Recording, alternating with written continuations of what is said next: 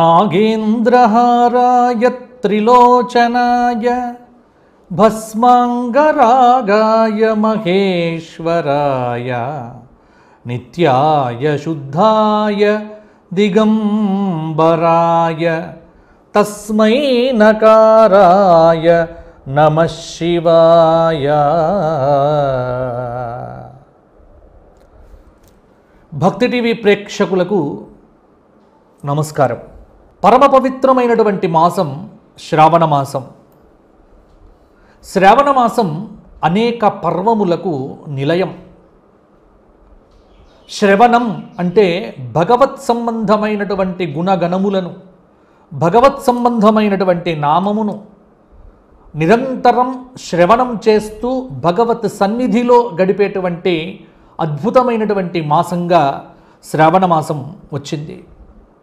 ఈ శ్రావణ మాసంలో పౌర్ణమి రోజున చంద్రుడు శ్రవణ నక్షత్రంలో ఉండటం వల్ల శ్రావణం అనేటువంటి పేరు దీనికి చాంద్రమాన రీత్యా రావటం జరిగింది.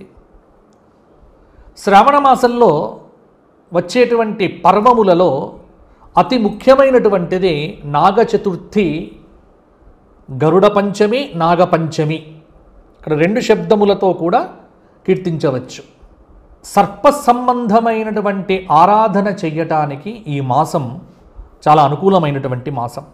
భారతీయ సంప్రదాయంలో నాగేంద్రుడిని పూజించటం అనాదిగా వస్తున్నటువంటి ఆచారం. నాగేంద్రుడు జ్యోతిష్శాస్త్ర రీత్యా సత్సంతానమును, సుఖజీవనమును, ఆరోగ్యమును ప్రసాదించేటువంటి దేవతగా మనకు జ్యోతిష్శాస్త్రము, ఇటు పురాణముల యందున్నటువంటి గాథలు నిరూపిస్తూ ఉన్నాయి. సర్పలోకం ఎక్కడ ఉంటుంది అంటే పాతాళ లోకమే సర్పలోకం. దేవరాక్షసుల గంధర్వులలాగా సర్పజాతి కూడా చాలా విశేషమైనటువంటి జాతిగా పురాణములు కీర్తించినాయి. సర్పముల యందు పేర్కొనబడేటువంటి అద్భుతమైనటువంటి పేర్లు వాసుకి, తక్షకుడు, ఐరావతుడు, ధనంజయుడు, కర్కోటకుడు, శంఖపాలుడు, అనంతుడు, శేషుడు. ఈ 8 మందిని కలిపి అష్టనాగ దేవతలు, అష్టనాగములు అనేటువంటి పేర్లతో పిలుస్తారు. ఇక్కడ సర్పముల్లో అనేక జాతులున్నాయి. దేవజాతి సర్పములు వేరు, మామూలుగా ఇతర సర్పములు వేరు.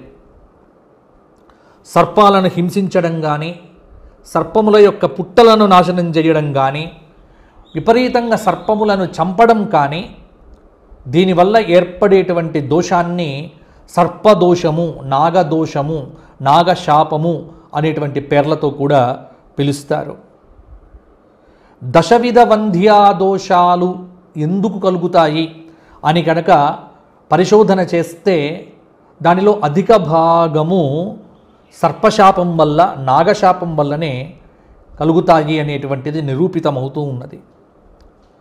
అందుకే ఇక్కడ వరాహ పురాణంలో, శివపురాణంలో ఈ సర్పములకు సంబంధించినటువంటి గాథలు కనిపిస్తూ ఉన్నాయి. ఈ శ్రావణ మాసంలో వచ్చేటువంటి చతుర్థిని నాగ చతుర్థి, శుక్లపక్ష పంచమిని నాగపంచమి అని పిలుస్తారు. ఎందుకు అసలు పంచమి అనేటువంటిది నాగ దేవతలకు ఎందుకు ఇష్టం, నాగపంచమి అనేటువంటిది ఎందుకు ఏర్పడ్డది, చతుర్థి పంచములలో ఉన్నటువంటి ఆ తిథులకు ప్రత్యేకంగా సర్పారాధన ఎందుకు కేటాయించబడ్డది అనేటువంటి విషయాన్ని వరాహ పురాణంలో మహాతప ఉపాఖ్యానంలో కొంత చెప్పడం జరిగింది. పూర్వకాలంలో బ్రహ్మదేవుడు జగత్సృష్టి చేయడానికి పూనుకున్నాడు. ఆ బ్రహ్మదేవుడి నుండి ఉద్భవించినటువంటి వాడు కశ్యప ప్రజాపతి. ఆ కశ్యప ప్రజాపతికి అనేకమైనటువంటి భార్యలు ఉన్నారు. అనేక మంది భార్యల్లో కద్రు అనేటువంటి పేరు కలిగినటువంటి ఒక భార్య. ఆ పుణ్య దంపతులకు బలపరాక్రమములు కలిగినటువంటి అనేకమైనటువంటి పుత్రులు కలిగారు, సంతానం కలిగింది. వారంతా సర్పములే. అనంతుడు, వాసుకి, కంబలుడు, కర్కోటకుడు, పద్ముడు, మహాపద్ముడు, శంకుడు, కులికుడు అనేటువంటి వారు ఈ కశ్యప ప్రజాపతి యొక్క సంతానంలో చాలా ముఖ్యమైనటువంటి వారు. వీరు మిగిలిన సర్పాలు లోకమంతా సంచారం చేస్తూ ఉన్నాయి. మనుష్యులందరినీ కరుస్తూ చాలా ఉగ్రరూపమైనటువంటి సంచారం ఈ సర్పములు చేస్తూ ఉంటే ప్రజలందరూ భయపడి బ్రహ్మదేవుడి దగ్గరికి వెళ్ళారు. బ్రహ్మదేవుడి దగ్గరికి వెళ్ళి ప్రార్థన చేశారు. మాకు సర్పబాధలు ఎక్కువైపోయాయి, మేము ఏమీ అపకారం చెయ్యకుండానే ఇవి మమ్మల్ని కుడుతున్నాయి, విషాన్ని మాకు ఎక్కిస్తున్నాయి. ఇలా ప్రజలందరూ బ్రహ్మదేవుడితో బాధ చెప్పుకుంటే అప్పుడు బ్రహ్మగారు వారికి అభయం ఇచ్చి సృష్టిని విధ్వంసం చేస్తున్నటువంటి సర్పాలను పిలిచి వాసుకి మొదలైనటువంటి వారికి ఒక మాట అన్నాడు. నేను జీవులను సృష్టిస్తాను, ఆ సృష్టించినటువంటి జీవుల యొక్క రక్షణ బాధ్యత కూడా నాదే. మీరు జీవులను నాశనం చేసే పనిని ఎందుకు తీసుకున్నారు? ఇందుకు ప్రతిఫలంగా మీరు స్వయంభువ మనువంతరంలో దారుణమైనటువంటి తల్లి శాపంతో మీకందరికీ భయంకరమైనటువంటి నాశం కలుగుతుంది అని చెప్పాడు. బ్రహ్మదేవుణ్ణి చూచి భయపడిపోయినటువంటి సర్పములన్నీ, స్వామి, మా జాతిని కుటిలంగా క్రూరంగా సృష్టించింది మీరే. క్రూరత్వము విషంతో భయంకరంగా ఉండటము మా ధర్మం, కాబట్టి నీవు శాంతించవలసింది అంటే అప్పుడు సర్పాలన్నింటికీ ఒక మాట చెప్పాడు. సర్పములన్నీ కూడా మాకు కొన్ని నియమాలు మాకు ఏర్పరచండి, ఆ నియమములను అనుసరించి మేము ఉంటాము. వెంటనే బ్రహ్మదేవుడు మనుష్యులతో సర్పములతో కలిసి కొన్ని నియమాలు ఏర్పాటు చేశాడు. పాతాళలోకము, వితలలోకము, సుతలలోకము, ఈ 3 లోకాలు సర్పములు నివసించటానికి యోగ్యమైన స్థానములుగా వాటికి ఏర్పాటు చేశాడు. అన్ని సర్పాలను అక్కడికి వెళ్ళమన్నాడు. అక్కడ అనేక విధములైనటువంటి భోగాలను అనుభవిస్తూ 7 రాత్రులు గడపమని చెప్పాడు. ఇక్కడ 7 రాత్రులు అంటే బ్రహ్మదేవుడి యొక్క రాత్రి అని. ఇక బ్రహ్మదేవుడి యొక్క రాత్రి ఎంత పెద్దదో ఇప్పుడు అది మరల వేరే టాపిక్లోకి వెళ్ళిపోతాం. బ్రహ్మదేవుడి యొక్క రాత్రి చాలా దీర్ఘకాలమైనటువంటిది. అంటే వైవస్వత మన్వంతరం మొదటలో కాశ్యపుడి సంతానంగా సర్పాలు ఉంటాయి అని తెలిపాడు.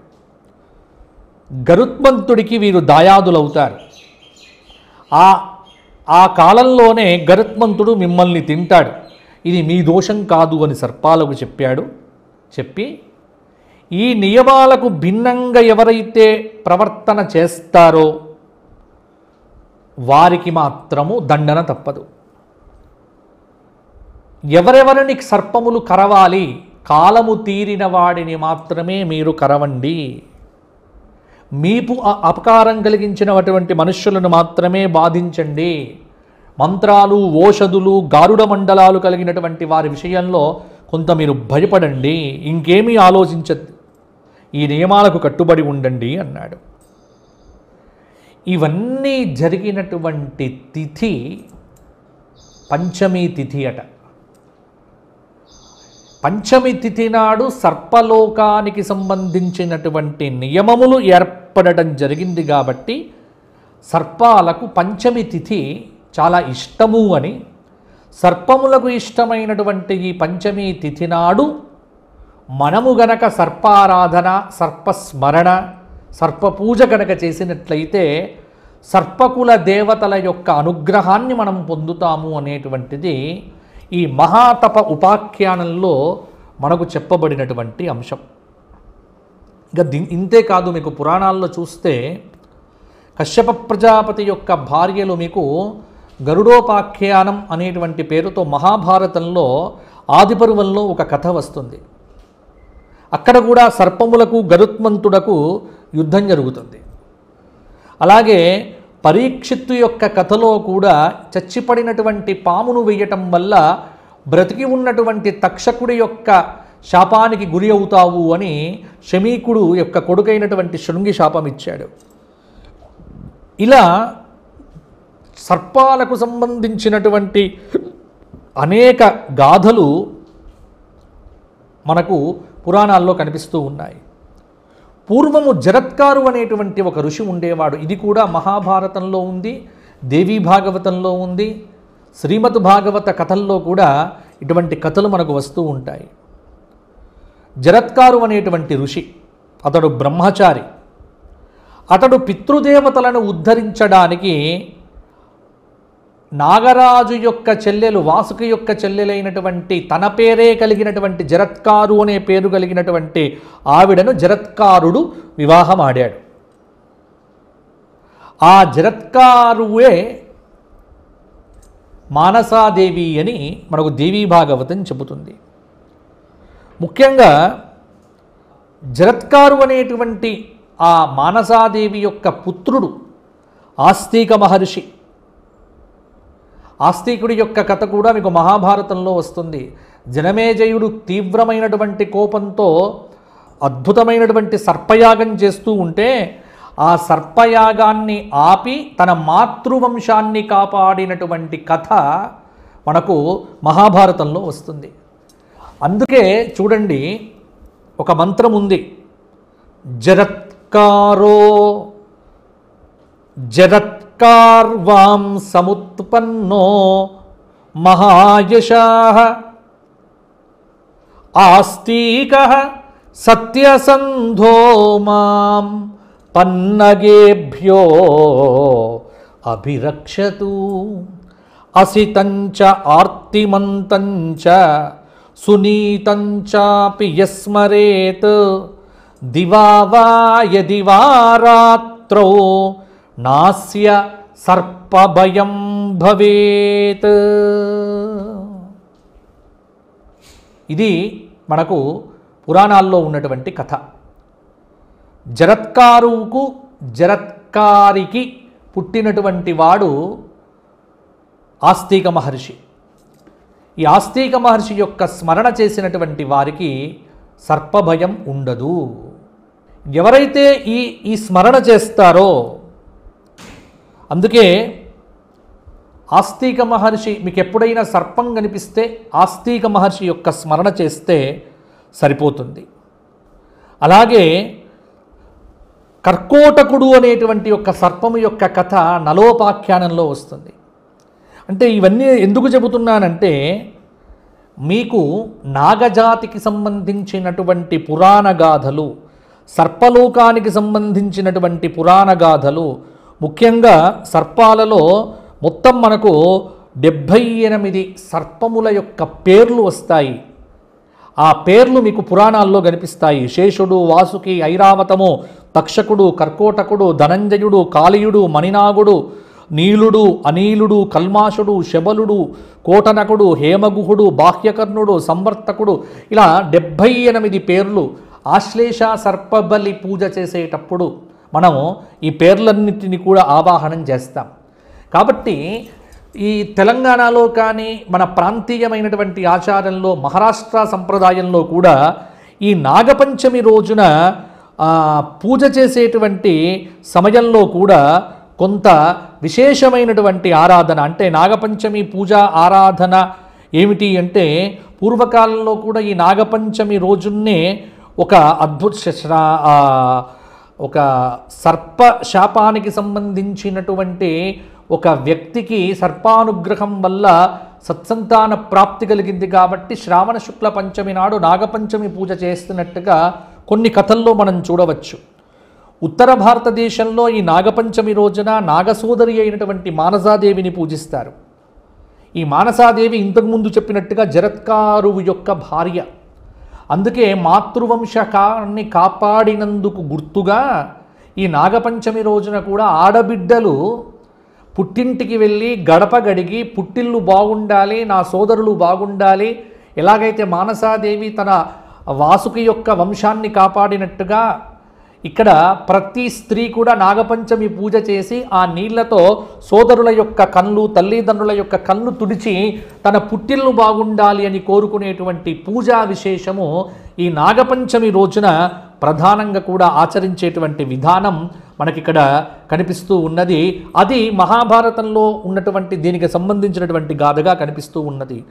ఇక్కడే కాదు, భారతదేశంలోనే కాదు, నేపాలులో కూడా శ్రావణకృష్ణ పంచమి నాడు నాగపంచమి పూజ చేస్తారు. అక్కడ బంగునారాయణ మందిరంలో ఈ విశేషమైనటువంటి పూజ చేస్తారు. పంజాబులో కూడా ఈ పూజ ఉంది. పంజాబ్ రాష్ట్రంలో గోడలపైన నల్లని నాగులను కూడా గీసి పూజ చేస్తే ఆ ఇంట్లోకి సర్పములు రావు అనేటువంటి విశ్వాసము ఉంది. సౌరాష్ట్ర అనేటువంటి ప్రాంతంలో, గుజరాత్లో కూడా చాలా అద్భుతమైనటువంటి ఆరాధన కనిపిస్తూ ఉన్నది. ఉత్తరప్రదేశ్లో కూడా సర్పాలను గోడలపై గీసి ఆ రోజు సర్పాలకు చక్కగా పూజ చేస్తారు. దేవలోక జాతికి చెందినటువంటి సర్పములు మనుష్య రూపాలు, తిరియక్ రూపాలు ధరించి ఈ రోజున భూమి మీద సంచారం చేస్తారు. కాబట్టి అటువంటి దేవజాతి సర్పములకు పాలు పోసే సంప్రదాయం, పుట్టలో పాలు పోయటం అనేటువంటిది అందుకోసం. ఇక్కడ ఆధునికులు చెప్పినటువంటి మాట ఏమిటి అంటే పాములు పాలు తాగవు అని చెప్తారు.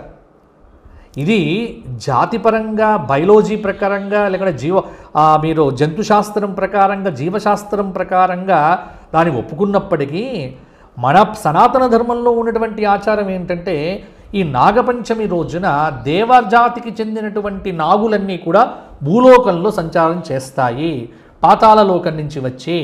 అటువంటి సర్పదేవతల ప్రీతిగా క్షీరమును, ఆవు పాలను సమర్పణం చేసి శాంతి పూజ చేసేటువంటి సంప్రదాయం, పుట్టలో పాలు పొయ్యటం అనేటువంటిది ఏర్పడ్డది. ఇది మూఢాచారంగానో లేకపోతే దీన్ని దురాచారంగానో మీరు పరిగణించవద్దు.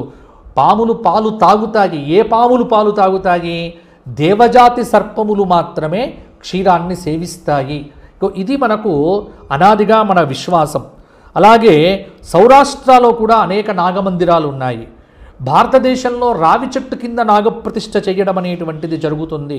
అలాగే యువాన్, ఫెనేషియా, బాబిలోనియా, సిరియా, ఆసియా ఖండం, Egypt, China, Korea, Tibet, Africa, Spain, ఇన్ని చోట్ల నాగపూజ, నాగ ఉపాసన అనేటువంటిది ప్రాచీన కాలం నుండి కూడా ఉన్నాయి.